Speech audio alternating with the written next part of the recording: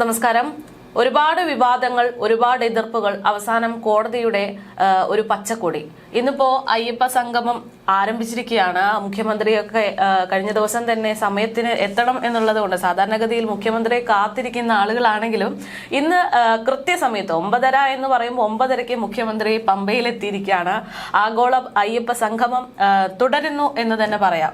അതായത് കേരളത്തിലെ ആളുകൾ മാത്രം ഉൾക്കൊണ്ടുകൊണ്ടുള്ള അല്ലെങ്കിൽ ഒരു 2 പ്രതിനിധികൾ സംസ്ഥാനത്തിന് പുറത്തു നിന്നുള്ള ആഗോള അയ്യപ്പ സംഗമമാണ്. എന്ത് തോന്നുന്നു? എനിക്ക് വളരെ സന്തോഷം തോന്നുന്നു. ഞാനും എൻ്റെ ആളും ആ 40 പേരും എന്നാണ് എനിക്ക് പെട്ടെന്ന് ഇത് കണ്ടപ്പോൾ തോന്നിയത്.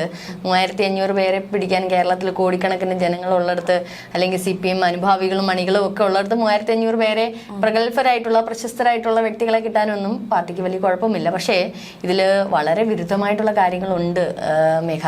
കാരണം ഇത് ദേവസ്വം ബോർഡിൻ്റെയാണ് ആഗോള അയ്യപ്പ സംഗമം എന്നൊക്കെയാണ് പറയുന്നതെങ്കിലും, പക്ഷേ ഇത് നോക്കുമ്പോൾ പിണറായി വിജയനും വാസവനും ഒക്കെ തിളങ്ങി നിൽക്കുന്ന വലിയ പോസ്റ്ററുകളൊക്കെയാണ് കാണാൻ സാധിച്ചത്. പോസ്റ്റർ കണ്ടായിരുന്നോ? അയ്യപ്പനെ എനിക്ക് കാണാൻ സാധിച്ചില്ല. അപ്പൊ അയ്യപ്പൻ ചോദിക്കുന്ന ഒരു ക്വസ്റ്റ്യൻ ഉണ്ട്, അയ്യപ്പ സംഗമമാണോ പിണറായി സംഗമമാണോ എന്നുള്ളത്. കാരണം അയ്യപ്പനെ ഒന്ന് ആ പോസ്റ്റർ കാണാം, തിളങ്ങി നിൽക്കുകയാണ്. നമ്മുടെ മുഖ്യമന്ത്രിയും നമ്മുടെ മന്ത്രിയൊക്കെ വാസവനും ഒക്കെ ഉൾപ്പെടെ ഇങ്ങനെ തിളങ്ങി നിൽക്കുകയാണ്. പക്ഷെ അതിലൊരു കാര്യമുണ്ട്, അതായത് ഇപ്പൊ മുഖ്യമന്ത്രി പിണറായി വിജയന്റെ നേതൃത്വത്തിലുള്ള ഒരു പരിപാടിയാണെന്ന് നമ്മൾ ഓർക്കണം. കാരണം ഇതിനു മുമ്പ് പല പരിപാടികളും അത് ശരിയാണ്. പക്ഷെ എന്നാലും അയ്യപ്പൻ 1-2 തവണ ക്ഷമിച്ചു. ഇത് പൊറുക്കൂല. കാരണം നമുക്കറിയാം, ഏറ്റവും അധികം സ്ത്രീകളെ ശബരിമല കയറ്റാൻ വേണ്ടിയിട്ട് എന്തെല്ലാം ചെയ്യാമോ അതെല്ലാം ചെയ്ത ഒരു പക്ഷേ ശാപമോക്ഷത്തിനോ പാപമോക്ഷത്തിനോ ഒക്കെ ചെയ്യുന്ന ഒരു പ്രക്രിയയാണെങ്കിൽ തന്നെ അയ്യപ്പന് കുറച്ച് വില കൊടുത്തിരുന്നെങ്കിൽ എന്ന് ഞാൻ ഇത് പറയേണ്ടിയിരിക്കുന്നു. ആഗോള അയ്യപ്പ സംഗമം എന്നുള്ളതിന് പകരം ഇനി ഈ ശബരിമലയിലെ വികസന പദ്ധതികൾക്ക് വേണ്ടിയിട്ടുള്ള ഒരു സംഗമമാണെന്നുണ്ടെങ്കിൽ ശബരിമല വികസന സംഗമമെന്നോ അങ്ങനെ എന്തെങ്കിലും ഒരു പേരിടാമായിരുന്നു. ഇത് ദേവസ്വം ബോർഡിന്റെ പരിപാടിയാണെന്ന് പറയുമ്പോഴും പക്ഷേ LDF സർക്കാർ ഏറ്റെടുത്ത് നടത്തുന്ന പരിപാടിയായിട്ടാണ് തോന്നുന്നത്. എനിക്ക് വളരെ വ്യത്യസ്തമായിട്ട് അതിൽ തോന്നുന്നത്, ഇന്ന് മുഖ്യമന്ത്രിയോടൊപ്പം ഉണ്ടായിരുന്ന ഒരു പ്രധാനപ്പെട്ട വ്യക്തി കാറിലുണ്ടായിരുന്നു. സാധാരണ മുഖ്യൻ എങ്ങനെ ഇങ്ങനെയൊന്നും ആരെ ആ ഒരു കാറിൽ കയറ്റാൻ സമ്മതിക്കില്ല. ഇനിയിപ്പോ അതില് എനിക്ക് വേറൊരു കാര്യമുണ്ട്. അയ്യപ്പന്റെ അടുത്ത് എത്തുന്ന മിക്ക ആൾക്കാരും കറുത്ത മുണ്ടും കറുത്ത വസ്ത്രവും കറുത്ത ഇതൊക്കെ ഇട്ടാണ് കൂടുതലും ആൾക്കാർ വരുന്നത്. അപ്പൊ ഇതിൽ ഇനി ആരെങ്കിലും അവിടെ വന്നു കഴിഞ്ഞാൽ ഇനി അവരെ ആട്ടി ഓടിക്കാൻ സാധ്യതയുണ്ടോ? എന്തായാലും എല്ലാരും ഇപ്പൊ വന്നിരിക്കുന്നവരെല്ലാരും എനിക്ക് തോന്നുന്നു വെള്ള വസ്ത്രമൊക്കെയാണെന്ന് തോന്നുന്നു. മുഖ്യമന്ത്രി ആയതുകൊണ്ട് നേരത്തെ ഇനി മുൻകൂട്ടി അറിയിപ്പുകൾ കൊടുത്തു കാണും. എന്തായാലും അതും ഇല്ല. സാധാരണ കറുപ്പാണ് അയ്യപ്പന് ഇഷ്ടം മുഖ്യ എന്ന് പറയേണ്ടിയിരിക്കുന്നു. പക്ഷെ അതും അവിടെ അപ്പൊ ഒരു കണക്കിന് ഈ ഒരു അയ്യപ്പ സംഗമം അയ്യപ്പന് ഇഷ്ടപ്പെടുന്ന രീതിയിലൊന്നും അവിടെ നടക്കുന്നില്ല. പിന്നെ ഈ പറഞ്ഞതുപോലെ ഈ കാറിന്റെ കാര്യം, കാറിനകത്തൊരു പ്രധാനപ്പെട്ട വിശിഷ്ട അതിഥിയുണ്ട്. മറ്റാരുമല്ല, SNDPയുടെ വെള്ളാപ്പള്ളി നടേശനാണ് മുഖ്യമന്ത്രിയുടെ കൂടെ ഇരിക്കുന്നത്. അപ്പൊ ഇതിൽ നിന്ന് തന്നെ നമുക്കൊരു രാഷ്ട്രീയ ചർച്ചയിലേക്ക് വരുമ്പോൾ തീർച്ചയായിട്ടും വരുന്ന തെരഞ്ഞെടുപ്പിനെ അഭിമുഖീകരിക്കാൻ വേണ്ടി ഭൂരിപക്ഷ വോട്ടുകൾ, ഹിന്ദു വോട്ടുകൾ നേടുക എന്നുള്ള ഒറ്റ ലക്ഷ്യമാണ്. അത് വെള്ളാപ്പള്ളി അതിൽ വീണിരിക്കുകയാണ്. അപ്പൊ അതിനെ മുൻനിർത്തിക്കൊണ്ട് തന്നെയുള്ള ഒരു പ്രയാണം തന്നെയാണ് നടത്തുന്നത്. BJPയോ പ്രതിപക്ഷമോ ഇല്ല. കാരണം ഒരു ആഗോള അയ്യപ്പ സംഘം ആഗോള തലത്തിൽ ആരാണുള്ളത്? കുറച്ച് ശ്രീലങ്കയിൽ നിന്നൊക്കെ ഓരോ പ്രതിനിധികളുണ്ട് എന്നല്ലാതെ ഇതിൽ പ്രത്യേകിച്ച് ആരെയും കാണാൻ സാധിക്കുന്നില്ല എന്നുള്ള. ഇന്ത്യയിലെ ഒരു സംസ്ഥാനത്ത് നിന്ന് മാത്രമേ പ്രതിനിധികൾ എത്തിയിട്ടുള്ളൂ, തമിഴ്നാട്. സ്റ്റാലിൻ എത്തത്തില്ല. സ്റ്റാലിനെത്തിയ ഇവിടെ കേറ്റൂല എന്നുള്ള BJP നേരത്തെ പറഞ്ഞിട്ടുണ്ട്. പക്ഷെ ആ പ്രതിനിധികൾ മാത്രമേ വന്നിട്ടുള്ളൂ, ബാക്കി ഒറ്റ സംസ്ഥാനത്ത് നിന്നും. അപ്പൊ ഇത് ആഗോള അയ്യപ്പ സംഗമം എന്നത് മാറ്റിയിട്ട് സംസ്ഥാന അയ്യപ്പ സംഗമം എന്നാക്കേണ്ടി. അപ്പൊ മൊത്തത്തിൽ പാളിപ്പോയി. അതായത് മൊത്തത്തിൽ 8 നില പാളിപ്പോയി എന്നതാണ് ഇന്ന് വരുന്നത്. ഇത് എനിക്ക് തോന്നുന്നു ആളുകളെയൊക്കെ തികയ്ക്കാൻ വേണ്ടിയിട്ട് 3500 പേരെ കയറ്റാൻ വേണ്ടി എന്തൊക്കെയോ തകർത്ത് ഈ PRD വർക്കുകളൊക്കെ നടക്കുന്നു. രാവിലെ 1-2 ചാനലുകൾ ഭയങ്കര രീതിയിൽ ബൈറ്റുകളും കാര്യങ്ങളും ഒക്കെ എടുക്കുന്നു. ഞാൻ ഇങ്ങോട്ട് വരുന്ന വഴി കണ്ടു. അപ്പൊ അത്രയ്ക്ക് ഭയങ്കര PR വർക്കുകളൊക്കെ നടക്കുന്നുണ്ട്. PR വർക്ക് നല്ല പോലെ ഉണ്ട്. അതായത് ദേശീയ മാധ്യമത്തിലടക്കം ഈ പരിപാടി നടക്കുന്നെന്ന് പറഞ്ഞിട്ട് മുഖ്യമന്ത്രി പിണറായി വിജയന്റെ ഫോട്ടോയാണ് കൊടുത്തിരിക്കുന്നത്. അവിടെ അയ്യപ്പനില്ല. ഈ അയ്യപ്പന് വേണ്ടിയിട്ടുള്ള പിന്നെ ഇവര് ഈ പറയുന്ന 3 സെഷനായിട്ടാണ് ഇത് നടത്തുന്നത്. അതിൽ ശബരിമല വികസന പദ്ധതി എന്താണ് ശബരിമല വികസന പദ്ധതിയായിട്ട് ഇവർ ഉദ്ദേശിക്കുന്നത്? നമ്മൾ ഒരു ക്ഷേത്രം, ശബരിമല ക്ഷേത്രം ഇത്രയും ജനശ്രദ്ധ ആകർഷിക്കാനും ആഗോളതലത്തിലും ശബരിമല അയ്യപ്പൻ എന്നുള്ള ഒരു പ്രശസ്തി നേടാനും കാരണം എന്താണ്? ആ ക്ഷേത്രം ആ കാനനവാസത്തിൽ നിലനിൽക്കുന്നത് കൊണ്ടാണ്, അവിടുത്തെ ഒരു പ്രത്യേകത കൊണ്ടാണ്. ഇനി അതിനെയൊക്കെ വെട്ടിത്തെളിച്ച് അതിനെയൊക്കെ ആ ഒരു പ്രകൃതിയുമായി ഇണങ്ങി നിൽക്കുന്ന ക്ഷേത്രത്തെ ഇല്ലായ്മ ചെയ്താൽ എത്ര ടൂറിസ്റ്റുകാർ അവിടെ എത്തും, എത്ര പേര് അവിടെ എത്തും? അവിടെ ചെല്ലുക എന്ന് പറയും. പണ്ട് ഞാൻ കുഞ്ഞിലെ ശബരിമലയിൽ പോയിട്ടുണ്ട്. നമ്മള് ചെരുപ്പിടാണ്ട് അന്ന് ഈ പറഞ്ഞോണം പടികൾ പോലും ഇല്ല, ഈ നല്ല ചരലിലൂടെ ഒക്കെ ചവിട്ടിയാണ് എന്റെ കാലൊക്കെ വേദനിച്ച്. അപ്പൊ ആ കല്ലും മുള്ളും ഒക്കെ ചവിട്ടി ചിലവർ കാനനപാതയിലൂടെ പോകുന്നവരുണ്ട്. അപ്പൊ ഇത്രയേറെ ദുഷ്കരമായിട്ടുള്ള രീതിയിൽ 41 ദിവസം വ്രതമെടുത്ത് എല്ലാ ഇതും ഉപേക്ഷിച്ച് ഒരു സ്വാമിമാര് ആ രീതിയിൽ മാളികപ്പുറത്തമ്മയായാലും അല്ലെങ്കിൽ കന്നി അയ്യപ്പന്മാരൊക്കെ അത്രയും വ്രതശുദ്ധിയോടെ കൊച്ചു കുഞ്ഞുങ്ങളൊക്കെ എടുത്ത് അവിടെ പോകുമ്പോൾ അതിനൊരു ഇപ്പം തന്നെ ഞാൻ പറയുമ്പോൾ എനിക്ക് ഭയങ്കരമായിട്ട് രോമാഞ്ചം കൊള്ളുന്നു. കാരണം അതിനൊരു പ്രത്യേകതയുണ്ട്. അത് ആ വിശ്വാസമുള്ളവർക്കേ പറ്റൂ. ഈ അത്രയും ചവിട്ടി ആ മുകളിൽ 18ാം പടിയും ചെന്ന് കയറുമ്പോഴുണ്ടാകുന്ന ഒരു പുണ്യം അത് വേറൊന്നാണ്. പക്ഷെ അത് ഇനി അവിടെ വികസന പദ്ധതികൾ വേണ്ടെന്നല്ല. ഇന്ന് തന്നെ അയ്യപ്പ സംഗമം ഇത്രയും വലിയ രീതിയിൽ നടന്നല്ലോ. മാളികപ്പുറത്ത് വരുന്നവർക്ക് അല്ലെങ്കിൽ മാളികപ്പുറത്ത് അമ്മമാർക്ക്, അതായത് കൊച്ചു പെൺകുട്ടികൾക്ക് ടോയ്ലറ്റിൽ പോകാനുള്ള സൗകര്യങ്ങളില്ല എന്നുള്ള ഇന്നും അവിടെ ഉന്നയിക്കുന്നത് കണ്ട്. അപ്പൊ ഇത്തരത്തിൽ പമ്പാ തീരത്ത് അത്തരത്തിലുള്ള അടിസ്ഥാന സൗകര്യങ്ങൾ ആവശ്യമാണ്. ഞാൻ കണ്ടതാണ് കഴിഞ്ഞ തവണയൊക്കെ പമ്പാ തീരത്തുള്ള ശുചി മുറികളിലൊക്കെ ചെളിയും മണ്ണും കൊണ്ടൊക്കെ നിറഞ്ഞ് കവിഞ്ഞൊക്കെ കാണാം. അപ്പൊ ഇതിനൊക്കെ ഒരു മാറ്റം ഉണ്ടാക്കുന്ന തരത്തിൽ പമ്പാ തീരത്ത് വേണ്ടുന്ന സംവിധാനങ്ങൾ ഉണ്ടാക്കി അല്ലെ അങ്ങനെയുള്ള ചില കാര്യങ്ങൾ മാത്രം മാറ്റുമോ. പക്ഷെ ഒരിക്കലും ആ കാനനത്തെ അല്ലെങ്കിൽ അതിനെ ഇവർ പറയുന്നത് കേട്ടു അവിടെ ഈ പറഞ്ഞോണോ എയർപോർട്ട് ഇങ്ങനെയുള്ള സൗകര്യങ്ങൾ ഹെലിപാഡൊക്കെ വരുന്നുണ്ട്. പക്ഷെ എനിക്കൊന്നും അതിനോട് യോജിക്കാൻ പറ്റുന്നില്ല. എൻ്റേത് മാത്രമേ ഒരു കാരണം അതിനെ ആ ഒരു കാടിൻ്റെ പ്രകൃതിയിൽ അതങ്ങനെ നിൽക്കുന്നതും അതേ ആചാരങ്ങളും അനുഷ്ഠാനങ്ങളോടും കൂടി ജനം അവിടെ പോകുന്നതും ഒക്കെയാണെന്നല്ല. പിന്നെ ഇത്രയും ജനങ്ങൾ വന്ന് കയറുന്നത് കൊണ്ട് അതിനുള്ള അടിസ്ഥാന സൗകര്യങ്ങൾ ഈ പറയുന്നത് പോലെ ലക്ഷക്കണക്കിന് ജനങ്ങളാണ് വന്നു ചേരുന്നത്. അത് അവരെ നിയന്ത്രിക്കാനുള്ള കുറച്ചുകൂടെയൊക്കെ കാനനപാത വീതി കൂട്ടി അല്ലെ ഇത് ഈ പറഞ്ഞ ക്ഷേത്രത്തിനകത്താണ് കൂടുതലും തിക്കും തിരക്കും വരുന്നത്. അപ്പൊ അതിനുള്ള അറേഞ്ച്മെന്റ് മറ്റേതെങ്കിലും വഴികളിലൂടെ പ്രവേശിച്ച് പോകത്തക്ക രീതിയിലുള്ള കാര്യങ്ങളൊക്കെ നിയന്ത്രിക്കുക. അല്ലാതെ മറ്റ് വികസനങ്ങൾ വരുമ്പോൾ ആ ഒരു കാടിനെ മലിനമാക്കുന്ന തരമായിട്ടാണ് എനിക്ക് തോന്നുന്നത്. അത് ഒന്ന് അവിടെ നിൽക്കുക. അത് സംസ്ഥാന സർക്കാരിന് അതിന് ഈ ആഗോള അയ്യപ്പ സംഗമത്തിന്റെ ആവശ്യമൊന്നുമില്ല. സംസ്ഥാന സർക്കാരിന് കോടി കണക്കിന് രൂപ ഇപ്പോഴും 4 കിലോ സ്വർണം അടിച്ചു മാറ്റിയിട്ടിരിക്കുകയാണ്. അതിന്റെ പറയണം. അപ്പൊ ഈ കോടിക്കണക്കിന് രൂപ എത്രയാണെന്ന് നമുക്കറിയാൻ പറ്റത്തില്ല. ഒരുപക്ഷെ കണ്ണു മിഴിക്കുന്ന തരത്തിൽ രൂപ ദേവസ്വം ബോർഡിന് കിട്ടുന്നുണ്ട്. അവർക്ക് തന്നെ അതിന്റെ വികസന പ്രവർത്തനങ്ങൾ നടത്താം എന്നുള്ളത് സംസ്ഥാന സർക്കാരിന്റെ ആവശ്യം പോലും അവിടെ ഇല്ല. അപ്പൊ ദേവസ്വം ബോർഡിന്റെ ആവശ്യത്തിനനുസരിച്ച് അത് ചെയ്യാന്നുള്ളത് അത് അവർ ഇതുവരെ ചെയ്തിട്ട് ഇപ്പോഴും പഴയതുപോലെയൊക്കെ തന്നെ. ഇനി രണ്ടാമത് അവർ പറയുന്നു മറ്റുള്ള വികസന പ്രവർത്തനങ്ങളുമായിട്ട് ബന്ധപ്പെട്ട് മറ്റുള്ള ശബരിപാത അത് ഒരു പക്ഷെ നല്ലതാണ്. കാരണം ഇങ്ങ് എരുമേലി എത്തി വരുന്നവർക്ക് കുറച്ചുകൂടി എളുപ്പമായിരിക്കും ബസ് വരുന്നത്. അപ്പൊ എന്തുകൊണ്ട് അത് നല്ലതാണ്. പക്ഷെ പമ്പാ തീരം നദീതീരം കഴിഞ്ഞ് പിന്നെ അങ്ങോട്ടുള്ള വികസന പ്രവർത്തനങ്ങളൊക്കെ സൂക്ഷിച്ചും കണ്ടു വേണം. എന്താണ് ഇവർ ഉദ്ദേശിക്കുന്നത്? ഇതൊക്കെ ആഗോള സംഗമം വിളിച്ചു ചേർത്ത് ഉണ്ടാക്കേണ്ട കാര്യമൊന്നുമില്ല. ഇത് സംസ്ഥാന സർക്കാരിന് ചെയ്യാം. ദേവസ്വം ബോർഡിനൊക്കെ വർഷങ്ങളായിട്ട് എത്രയോ നാളുകളായിട്ട് കിടക്കുന്ന മാറി ഭരിക്കുന്ന ഭരണമുള്ളതാ. ഓരോ പ്രവർത്തനങ്ങളും ചെയ്യാന്നുള്ളത്. ഈ ആഗോള സംഗമം വെറുതെയാണ്. ഇത് കണ്ണിൽ പൊടിയിടാൻ തക്ക പൊടിയിടുക എന്നല്ല, ഇതിന് പിന്നീട് കൃത്യമായിട്ടുള്ള ഒരു ലക്ഷ്യമുണ്ട്. അതായത് ഇപ്പൊ ഈ വികസനമാണ് ഇവർ ഉദ്ദേശിക്കുന്നതെങ്കിൽ ഇതിപ്പം പിണറായി സർക്കാരിന്റെ ആദ്യത്തെ ഭരണമല്ല, രണ്ടാമത്തതും അല്ല, അവസാനിക്കുന്നു അടുത്ത തിരഞ്ഞെടുപ്പ് മുന്നിലുണ്ട്. ആ സമയത്താണ് ഈ അയ്യപ്പ സംഗമം നടത്തുന്നത് എന്ന് പറയുമ്പോഴാണ് ഇനി അവരാണ് ജയിക്കുന്നതെന്നുള്ള എന്താണെന്ന് ഉറപ്പ് വരുന്ന സർക്കാർ തീരുമാനിക്കുക. ഇങ്ങനെ ഇപ്പൊ കേരളത്തിൽ ഇപ്പോഴത്തെ ഒരു രാഷ്ട്രീയ പോക്ക് കാണുമ്പോൾ അധികവും വിശ്വാസികളുടെ ഒരു വോട്ട് വോട്ട് അത് ഉണ്ടാക്കുന്ന ഒരു മാറ്റമുണ്ട്. ഒരിക്കലും ജയിക്കില്ല എന്ന് ഇവിടെ നിന്ന് പറഞ്ഞിരുന്ന അല്ല, ഇത് കാണുന്ന ഏതെങ്കിലും ഒരു വിശ്വാസി ഇവർക്ക് വോട്ട് ചെയ്യോ?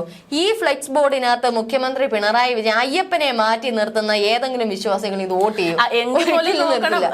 ഇതുവരെ CPM-ഉം ഇടതുപക്ഷവും വിശ്വസിച്ചിരുന്ന ഒരു പ്രത്യേക ശ്വാസം.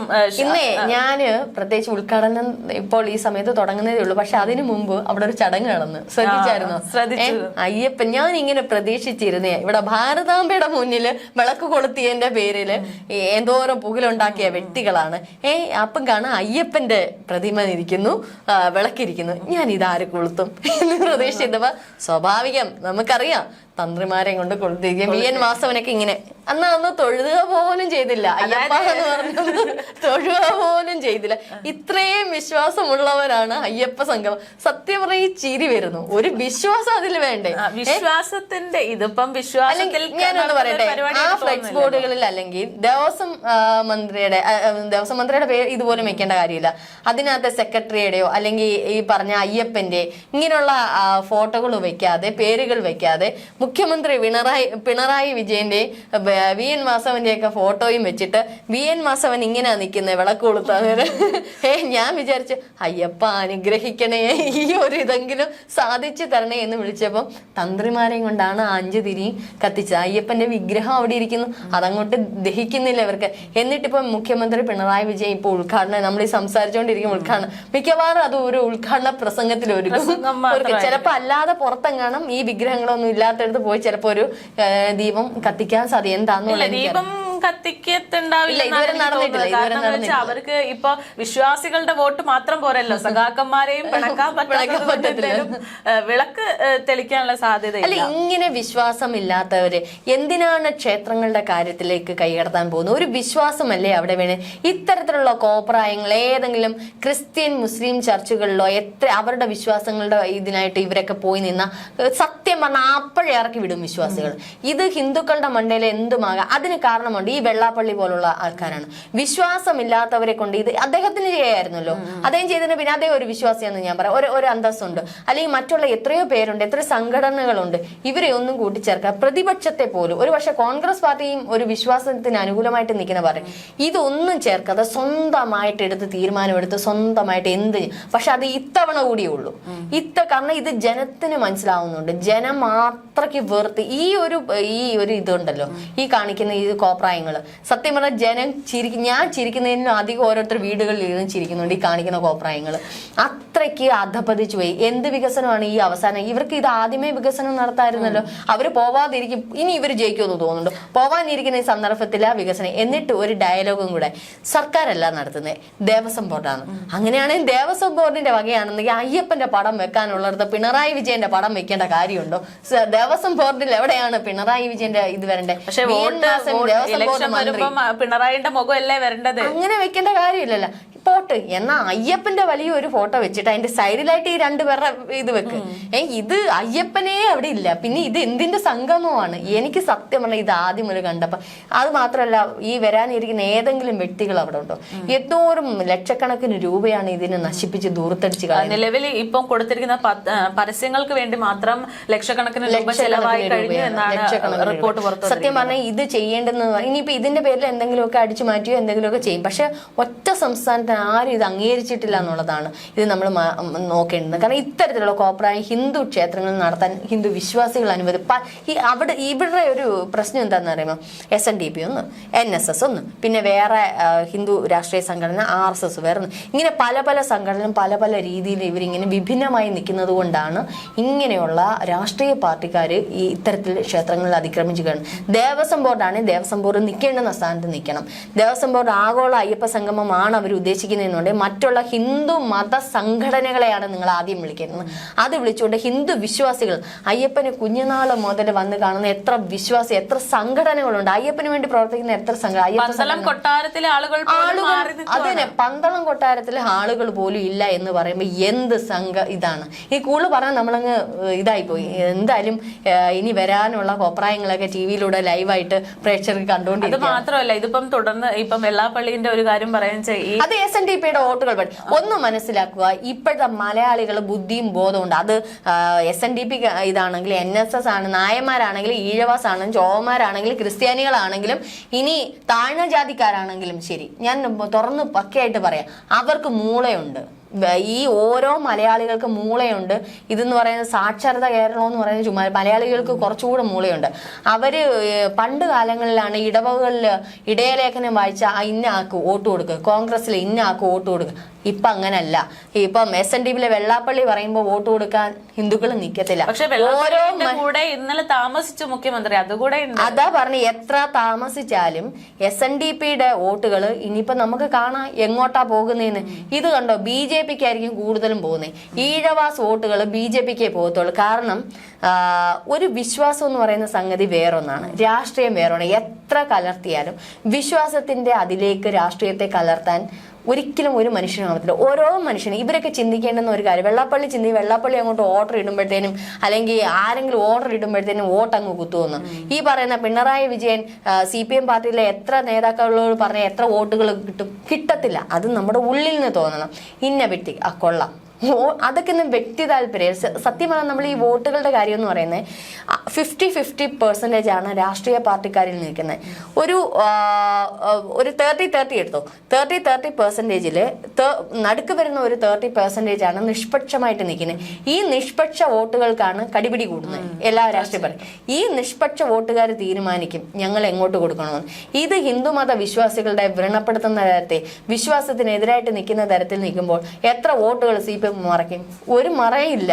ആ ഫ്ലെക്സ് കണ്ടതോടെ അയ്യപ്പ എന്ന് വിളിക്കുന്ന ഒരു ഹിന്ദു മതവിശ്വാസിയും ഹിന്ദു കുടുംബങ്ങളും എന്തായാലും വോട്ട് ചെയ്യാൻ പോകുന്നില്ല. ഇതിലിനിപ്പോ എനിക്ക് തോന്നുന്നു അന്തംകമ്മികളുടെ വോട്ട് മാത്രം, അതായത് സാധാരണ ഒരു സഖാവിന്റെ വോട്ട് പോലും പോകാനുള്ള സാധ്യത അല്ല. ഇപ്പൊ എന്താന്ന് അറിഞ്ഞൂടാ, CPMകാർക്ക് വല്ലാത്ത വിശ്വാസം കൂടുതൽ. അത് ക്ഷേത്രങ്ങളിൽ വിശ്വാസം കൂടുതൽ, ഉത്സവങ്ങളിൽ അവർക്ക് ക്ഷേത്രങ്ങൾ എന്ന് പറയുമ്പോൾ അങ്ങ് ഏറ്റെടുത്ത് ഉത്സവങ്ങൾ നടത്തുന്നു. പണ്ടൊക്കെ ഇവരൊന്നും അതുവഴി നമ്മുടെയൊക്കെ അതുവഴി പോവാത്ത ആൾക്കാർ ഇറങ്ങിച്ചെല്ലുന്നു, പ്രോഗ്രാം നടത്തുന്നു, അതിനകത്ത് തിരികെ കയറ്റി ഗാനമേള ഇടുന്നു, അതിന് മറ്റേ പുഷ്പനെ അറിയാമോ എന്നുള്ള പാട്ടിടുന്നു, അല്ലാത്ത പാട്ടുകൾ ഇടുന്നു, അവസാനം അടിയാവുന്നു. ഇതിപ്പോ ഒരു ഇവർക്കങ്ങ് വിശ്വാസം അതിക്രമിച്ചിരിക്കുന്നു എന്ന് ഈ പറയുന്നത് പോലെ 2 തവണ ഭരിച്ചു കഴിഞ്ഞ് ഇനി ഭരണം പോയി കഴിഞ്ഞാൽ തിരിച്ചു കിട്ടൂല എന്നുള്ളൊരു. ഇതൊക്കെ പണ്ട് ഫെമിനിസ്റ്റുകളെ മറ്റേ ശബരിമലയിലോട്ട് മുഖംമൂടി ഇട്ട് കയറ്റി അവരെങ്കിലും ഒന്നും വിളിക്കായിരുന്നില്ലേ? ഇല്ല, അവരെ അടുപ്പിച്ചിട്ടില്ലല്ലോ. പ്രതിപക്ഷം കഴിഞ്ഞ ദിവസം ചെന്നിത്തല പറയുന്നുണ്ടായിരുന്നു, മുഖ്യമന്ത്രി അന്ന് കാണിച്ചത് തെറ്റാണെന്ന് ധൈര്യപൂർവ്വം പറഞ്ഞിട്ട് ഈ പരിപാടി. അങ്ങനെ പറയരുത്. നമ്മൾ ഒരു നിങ്ങൾ ഒരു കമ്മ്യൂണിസ്റ്റ് പാർട്ടിയാണ്, കമ്മ്യൂണിസ്റ്റ് പ്രസ്ഥാനത്തിന് പ്രധാനപ്പെട്ട വ്യക്തികളാണ്. കമ്മ്യൂണിസ്റ്റ് പ്രസ്ഥാനം ഒരു തീരുമാനം എടുത്തതാണ്, അതിലൊരു തെറ്റോ പാകപ്പഴയോ വന്നിട്ടില്ല. ഒരിക്കലും വരരുത്. അങ്ങനെ നിങ്ങൾ പറയരുത്. പറഞ്ഞ് അവരെ അങ്ങനെ അപ്പൊ ആ വന്ന സ്ത്രീകളുടെ അവസ്ഥയൊന്ന് ആലോചിച്ചു. അവരെ കൂടി നാണം കെടുന്ന അവസ്ഥയില്ലേ? കേരളത്തിലെ മൊത്തം സ്ത്രീകളെ നാണം കെടുത്തുന്ന ഒരു അവസ്ഥയായി പോയില്ലേ ഇത്? അന്ന് എന്തൊരു ഉത്സാഹമായിരുന്നു കൊണ്ടുവന്ന് കയറ്റി വിടാൻ. ഇപ്പൊ ദാ കിടക്കുന്നു. സ്വാമിയെ ശരണം അയ്യപ്പ എന്നൊന്ന് വിളിക്കാൻ ഞാൻ കാത്തിരിക്കുകയാണ്. വിശ്വാസികളും അങ്ങനെ തന്നെയാണ് പറഞ്ഞത്. മുഖ്യമന്ത്രി അവിടെ എത്തുമ്പോൾ ഒന്ന് സ്വാമിയെ ശരണമയ്യപ്പ എന്ന് പറയോ എന്ന് കാണണം എന്ന് പറഞ്ഞിരിക്കുകയാണ്. എന്തായാലും സംഗമം വിജയകരമായിട്ട് പൂർത്തീകരിക്കുകയാണെങ്കിൽ ഈ പറയുന്ന വിമർശകരോടൊക്കെ ഞങ്ങൾ ഇത്രയും ഉദ്ദേശിച്ചിരുന്നു എന്നും മുഖ്യമന്ത്രിക്ക് പറയാൻ പറ്റും. എന്തായാലും എന്താകും എന്നത് കാത്തിരുന്ന് തന്നെ കാണണം. കാരണം മുഖ്യമന്ത്രി പിണറായി വിജയന്റെ നേതൃത്വത്തിലാണ് ശബരിമലയിൽ ഇങ്ങനെ ഒരു പരിപാടി നടത്തുന്നത്. മാറ്റി ദേവസ്വം ബോർഡിന് നേതൃത്വം. ദേവസ്വം അതെന്താണെന്ന് ഇത് കഴിയുമ്പോഴേ പറയാൻ പറ്റും. ഇനിയൊരു റിപ്പോർട്ടൊക്കെ വരാനുണ്ടല്ലോ, ചിലവ് ആരുടെ ഭാഗത്തു നിന്നാണ് പോയത് എന്നത്. അതായത് കോടതി കൃത്യമായിട്ട് പറയുന്നുണ്ട് പരിപാടി നടത്തുന്നതിന്റെ ചെലവ്. അങ്ങ് മലബാർ ഡിസ്ട്രിക്ട് മലബാർ ദേവസ്വം ബോർഡ് അതാന്ന് തോന്നുന്നു. മലബാർ ദേവസ്വം ബോർഡിന് അവരവരുടെ ചെലവ് അവർ നടത്താൻ പറഞ്ഞിട്ടുണ്ട്. അപ്പൊ എന്തായാലും പൊളിഞ്ഞു തുടങ്ങിയിരിക്കുന്ന ഒരു സംഗമമായിട്ടാണ് നിലവിലത്തെ സാഹചര്യത്തിൽ റിപ്പോർട്ടുകൾ വ്യക്തമാക്കുന്നത്. ഇനി മുന്നോട്ട് എന്താണ് എന്നത് കാത്തിരുന്ന് കാണാം.